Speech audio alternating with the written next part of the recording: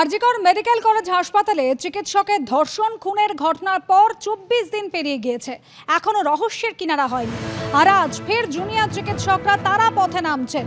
আজ দুপুর 2টায় কলেজ স্কোয়ারে জমায়েত রয়েছে, এরপর লালবাজার পর্যন্ত অভিযান করে যাবেন জুনিয়র চিকিৎসকরা। Fair and bright night and day cream ত্বক থাকবে ব্রাইট সারাদিন, পলিউশন ফ্রি, ঠিক যেন রাতের ফোঁটা সাদা ফুল। সারাদিন happy bright skin. Bratadip Bhattacharya আমাদের প্রতিনিধি এই মুহূর্তে সরাসরি রয়েছেন আমাদের সঙ্গে। ব্রতদীপ, এর আগে জুনিয়র চিকিৎসকরা তারা রাস্তায় নেমেছেন, কর্মবিরতি চালিয়েছেন এবং নিরাপত্তার দাবিতে বারবার সরব হয়েছেন। কি কারণে আজ লালবাজার অভিযান?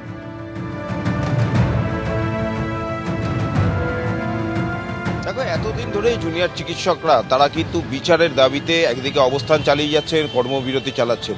বিভিন্ন রাজনৈতিক দলগুলো তারা মুখ্যমন্ত্রীর পদত্যাগের দাবি করে রাস্তায় নেমেছেন। কিন্তু আজকে জুনিয়র চিকিৎসকরা West Bengal junior doctors front তারা রাস্তায় নামছেন, পথে নামছেন কলকাতার পুলিশ কমিশনার বিনীত গোয়েলের বদলের দাবিতে, তার পদত্যাগ কিংবা অপসারণ।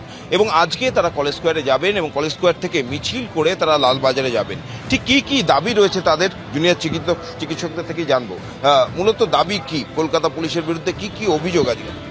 আমাদের যে দাবি ছিল যে সঠিকভাবে তদন্ত করে যে সঠিক বিচার, সেক্ষেত্রে আমরা দেখেছি যে 9 আগস্ট ঘটনা ঘটার পর থেকে কলকাতা পুলিশ প্রশাসনের হাতে এর তদন্তভার ছিল, কিন্তু মহামান্য সুপ্রিম কোর্টের যে পর্যালোচনা বা অবজারভেশন, সেখানে দেখা গিয়েছে এই তদন্ত প্রক্রিয়াতে বিভিন্ন জায়গায় তারা অসঙ্গতি, এবং যেটা তারা তাদের অবজারভেশন অনুযায়ী লাস্ট 30 বছরে তারা এই ধরনের একটা তদন্ত প্রক্রিয়া অসঙ্গতি পাননি, যেটা প্রমাণ করে যে কলকাতা পুলিশ তদন্ত প্রক্রিয়া চালানোকালীন তারা সম্পূর্ণভাবে ব্যর্থ হয়েছে।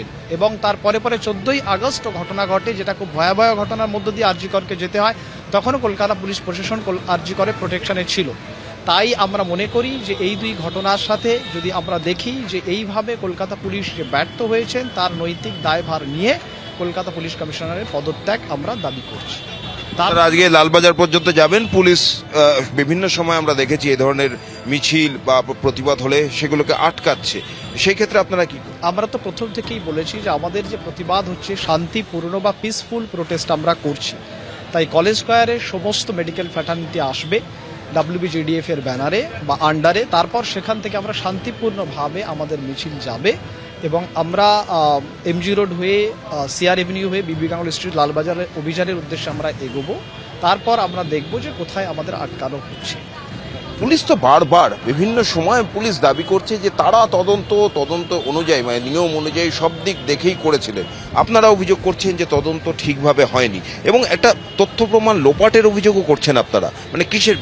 আমরা এই অসঙ্গতির কথাই তো বলেছি যে যখন দেখা গেল যে ঘটনাটি ঘটলো, তার পরে যে জায়গায় ঘটনাটি ঘটলো সেখানে যে রিনোভেশন ওয়ার্ক বা রিকনস্ট্রাকশন ওয়ার্ক হয়েছে, সেটা আমরা অবশ্যই জানিয়েছি আমাদের দাবির মধ্যে। এবং এই তথ্য প্রমাণ লোপাট যখন কলকাতা পুলিশের হাতে দায়ভার ছিল, যদি ইন্টারোগেটিং এজেন্সি CBI তাদেরকে ইন্টারোগেশন করে তাদেরকে অভিযুক্ত বা দোষী প্রমাণিত হয়, তাদেরও শাস্তির ব্যবস্থা করা। সে প্রত্যক্ষভাবে কেউ জড়িত থাকুক, পরোক্ষভাবে কেউ জড়িত থাকুক, দুটো ক্ষেত্রেই CBI এর কাছেও আমাদের দাবি রয়েছে যে তাদেরকে ইন্টারোগেশন করে তারা এই কাজের সঙ্গে যুক্ত হলে তাদেরকে যথোপযুক্ত দোষী সাব্যস্ত করে তার শাস্তির ব্যবস্থা। CBI এখনো পর্যন্ত যে তদন্ত করেছে বা যেভাবে তদন্ত এগোচ্ছে, তাতে আপনারা সন্তুষ্ট বা আশ্বস্ত? আমরা তো বারবার দাবি এটাই করেছি যে CBI এর কাছেও আমাদের দাবি যে যত দ্রুত সম্ভব যারা প্রকৃত দোষী এই ঘটনার সাথে যুক্ত, তাদের সকলকে দোষী সাব্যস্ত করে উপযুক্ত শাস্তির ব্যবস্থা করা। আজকে প্রায় 24তম দিন, এখনো পর্যন্ত কিন্তু আমরা সেই দাবি CBI এর কাছে করছি। অর্থাৎ অনুসূয়া, বিষয়টা স্পষ্ট, কলকাতার পুলিশ কমিশনার বিনীত গোয়েল তার পদত্যাগের দাবি করছেন জুনিয়র চিকিৎসকরা। কারণ 9 তারিখ যে ঘটনা ঘটেছিল, তারপর যেভাবে তদন্ত হয়েছে এবং তারপর 14ই আগস্ট রাতে যেভাবে ভয়াবহ ঘটনা আরজিকরে ভাঙচুর হলো, তাণ্ডব চলল এবং পুলিশ সেটা ঠেকাতে ব্যর্থ হলো, তার দায় নিয়েই কলকাতার পুলিশ কমিশনারকে পদত্যাগ করতে হবে। এই দাবিতেই আজকে জুনিয়র চিকিৎসকরা পথে নামছেন। ধন্যবাদ ব্রতদীপ।